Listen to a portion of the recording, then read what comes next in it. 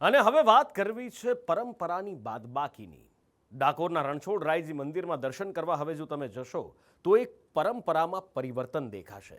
અત્યાર સુધી જે વારાદારીઓ સિંહાસન પાસે ઊભા રહી અને રણછોડરાયની આરતી ઉતારતા હતા એ હવે દૂર ઊભા રહેલા નજરે પડશે. જો કે પરંપરામાં ટ્રસ્ટે કરેલો ફેરફાર વિરોધને ટાળી નથી શક્યો. પોલીસના બંદોબસ્ત વચ્ચે હોબાળો ટળી ગયો છે, પણ કાયદાકીય જંગની તૈયારીઓ શરૂ થઈ ગઈ છે. કરોડો લોકો માટે આસ્થાનું કેન્દ્ર એવું ડાકોરનું રણછોડરાય મંદિર ફરી ચર્ચામાં છે. હોળીના તહેવાર પહેલા જ મંદિરની એક પરંપરા બદલાઈ છે.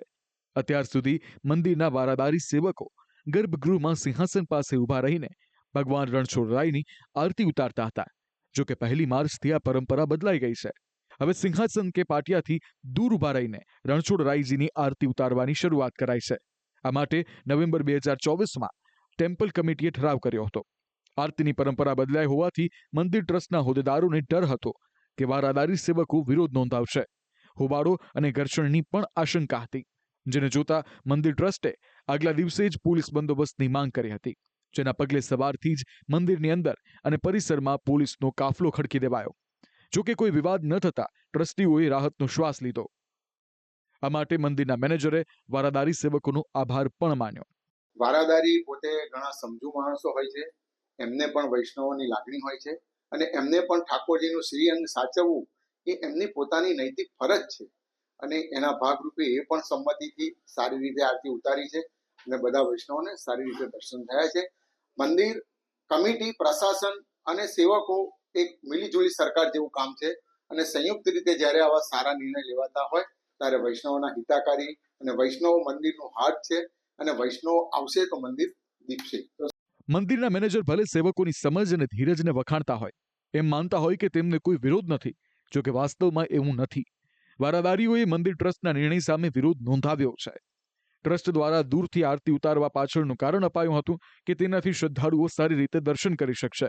પણ વારાદારી સેવકોએ તેની સામે વર્ષો જૂની પરંપરાનો હવાલો આપ્યો છે. તેમનું કહેવું છે કે સેવાદારો સાથે વૈષ્ણવ સમાજની પણ લાગણી દુભાઈ છે. સેવાદારોએ મંદિરમાં પોલીસના બંદોબસ્ત સામે પણ નારાજગી દર્શાવી છે. મેં આ ઠરાવનો વિરોધ કર્યો છે.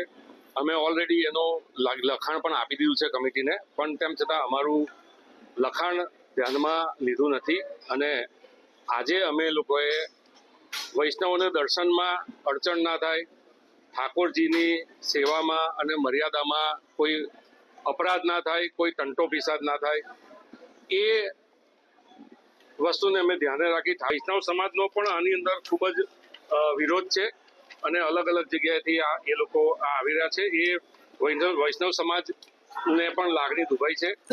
અમારી પણ લાગણી એ રીતે દુભાઈ કે આજે મંદિર કમિટી તરફથી પોલીસ પ્રોટેક્શન માંગવામાં આવ્યું અને અમે ઠાકોરજીના પૂજારીઓ છીએ. અમે કોઈ ગુનેગાર કે ગુનાહિત પ્રવૃત્તિઓ ધરાવતા કોઈ વ્યક્તિઓ નથી. કે વર્ષોથી આજે થઈ આવી રહ્યું છે. હવે આ વસ્તુ અમારામાં કાયદો અને વ્યવસ્થા આવ્યું છે, એટલે અમે અમારું જે માન ગવાયું છે એના માટે અમે કોઈ કાર્યવાહી કદાચ કરીશું. ડાકોર મંદિરના વારાદારી સેવકો ભલે હાલ શાંત હોય, પણ તેમણે પોતાના હક માટે કાયદાકીય લડાઈ લડવાની પણ તૈયારી દેખાડી છે. ત્યારે સામાજિક સંગઠનો પણ તેમના પક્ષે આવી રહ્યા છે. નિર્ણય નહીં બદલાય તો આંદોલનની પણ ચીમકી અપાઈ છે.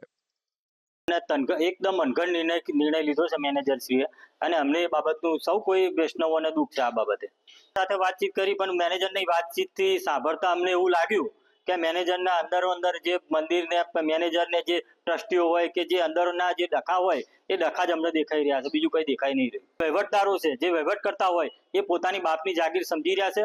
અમે ખૂબ ઉગ્ર આંદોલન કરી લડત લડશું અને ધરણા પ્રદર્શન પણ કરશું.